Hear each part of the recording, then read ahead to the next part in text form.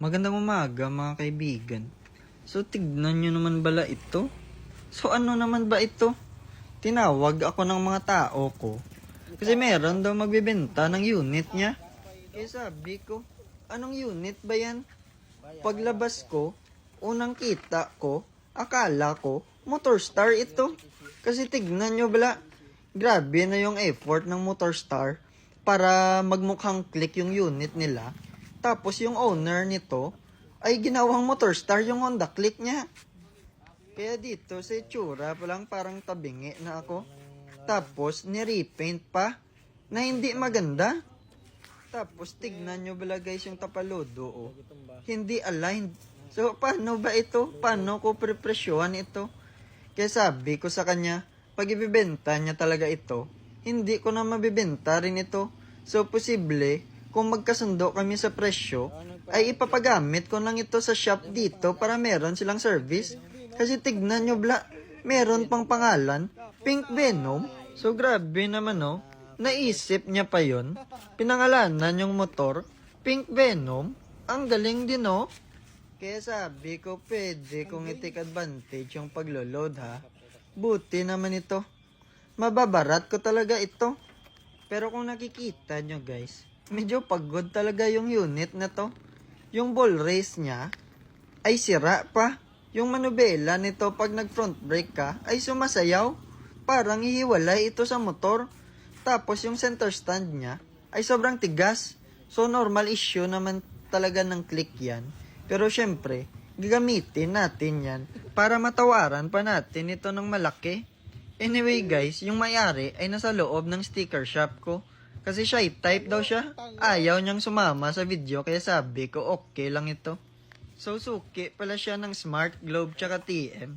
Kasi palagi daw siya naglo-load. Kaya syempre, ito na sabi ko sa pinsan ko. Tanungin mo nga kung magkano yung presyo niya. Tapos yung asking price niya daw dito ay 35k. So syempre, babaratin pa natin ito. So bakit ko babaratin ito? Nakita nyo naman guys, ginamitan ko na talaga ito ng step 1. Yung unang rason, kasi repainted ito. Tapos sobrang pangit pa ng pagkakapinta nito. Kita nyo naman nagka-crack na yung mga paint niya. Tapos, medyo mataas ng odo nito.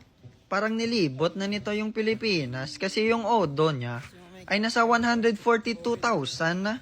Yung owner kasi nito guys ay Grab driver. So yan yung rason kung bakit ganyan yung odo niya. Yung click na ito ay 2021 model. Tapos pinagod talaga yung mukha nito. So sabi ko itatry ko ngang i-on ito. Tapos nung chinek ko yung andar niya, parang pagod na talaga ito. So kailangan talaga itong i-refresh. So di lang yun kasi pagbukas ng block niyan, baka meron pang ibang sira. 22 ah. Montasan naman sa 22. Kung alang-alang, hindi lang ah. So syempre, ginamitan na natin ito ng pinagbabawal na teknik. Yung offer ko sa kanya nung una ay 20k. Pero ayaw niya daw. Tapos nag-last siya sa akin ng 25. So yun yung sabi ko sa kanya, 22k. Last na yun. Kasi syempre, di ko naman ibebenta ito. Papagamit ko lang ito dito sa shop para may service lang. Pang rubo-rubo ba? Sa odo niya na 142,000. Sino pa ba yung kakagat dito? Syempre, pagod na yung motor na ito.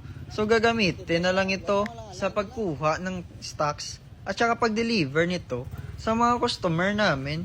So dito napatagal ng pagdi-decide si sir. Tapos marami na siyang laway na nalunok. Kasi yung offer ko sa kanya ay tangay talaga pati lamang loob niya. Pero anyway guys, sa mga ganitong sitwasyon, wala kayong talo dito. Kasi syempre, pag binabarat kayo ng nagbabuy and sell, pwede naman kayo magpass. Kasi syempre, hindi naman kami magagalit sa inyo. Pag di pa kasi tapos yung transaksyon natin, yung motor na yan ay inyo pa. So wala pa kaming pakialam dyan. Unless nakapagsundo na tayo, tapos nakapagbayad na ako sa inyo. Tapos marami na tayong pinirmahan. So yun siguro, parang hindi na pwede yun. So paano guys? Pumayag si sir sa presyo na binigay ko sa kanya. So another day na naman, share ko lang ito sa inyo Basta tandaan nyo, pwedeng pwede kayong magpasa. Bye!